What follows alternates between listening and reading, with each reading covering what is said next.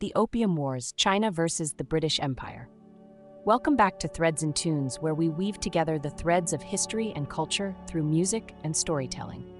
Today we're diving into a complex and significant chapter in global history, the Opium Wars between China and the British Empire.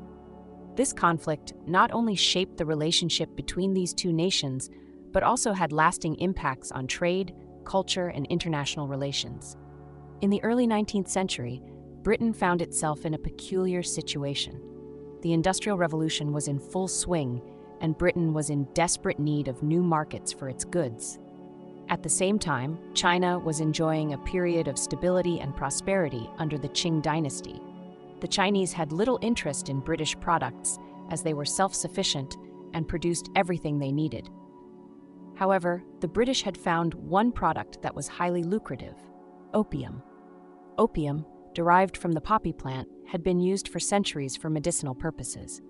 By the 1800s, it was being mass-produced in British-controlled India and exported to China. The addictive properties of opium quickly took hold, leading to widespread addiction in Chinese society. The Qing government recognized the devastating impact of opium on its people and attempted to ban its importation. This, of course, did not sit well with the British traders who were reaping immense profits from the opium trade. Tensions escalated as the Chinese government took decisive action against opium. In 1839, Chinese officials seized and destroyed over 2 million pounds of opium in Guangzhou, a bold move that infuriated British traders and the British government. Britain, seeing this as an affront to its trade rights, decided to respond militarily. The First Opium War began in 1839 and lasted until 1842. British military technology and naval power were far superior to that of the Qing forces. The British swiftly captured key ports, including the city of Guangzhou.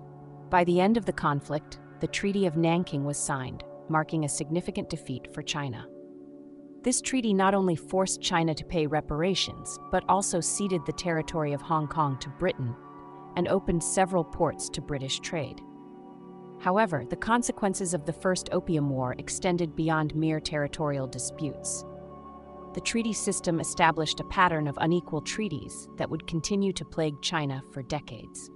The Opium Wars symbolized the beginning of a period known as the Century of Humiliation, where foreign powers exerted control over China, leading to significant national strife and resentment.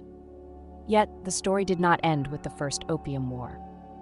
The Second Opium War erupted in the mid-1850s, primarily driven by British and French interests in expanding trade and diplomatic relations with China.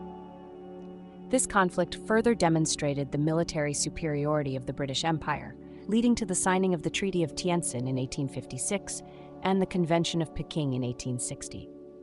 These treaties imposed even more humiliating terms on China, including the legalization of the opium trade.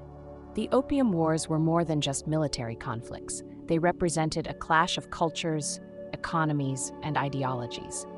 While Britain sought to expand its empire and profits, China was fighting to preserve its sovereignty and protect its people from the ravages of addiction. The legacy of the Opium Wars continues to resonate today, serving as a reminder of the complexities of colonialism and international relations. As we reflect on this tumultuous period, it's essential to understand the broader implications it had on both nations. The Opium Wars not only altered the course of Chinese history, but also influenced the global balance of power.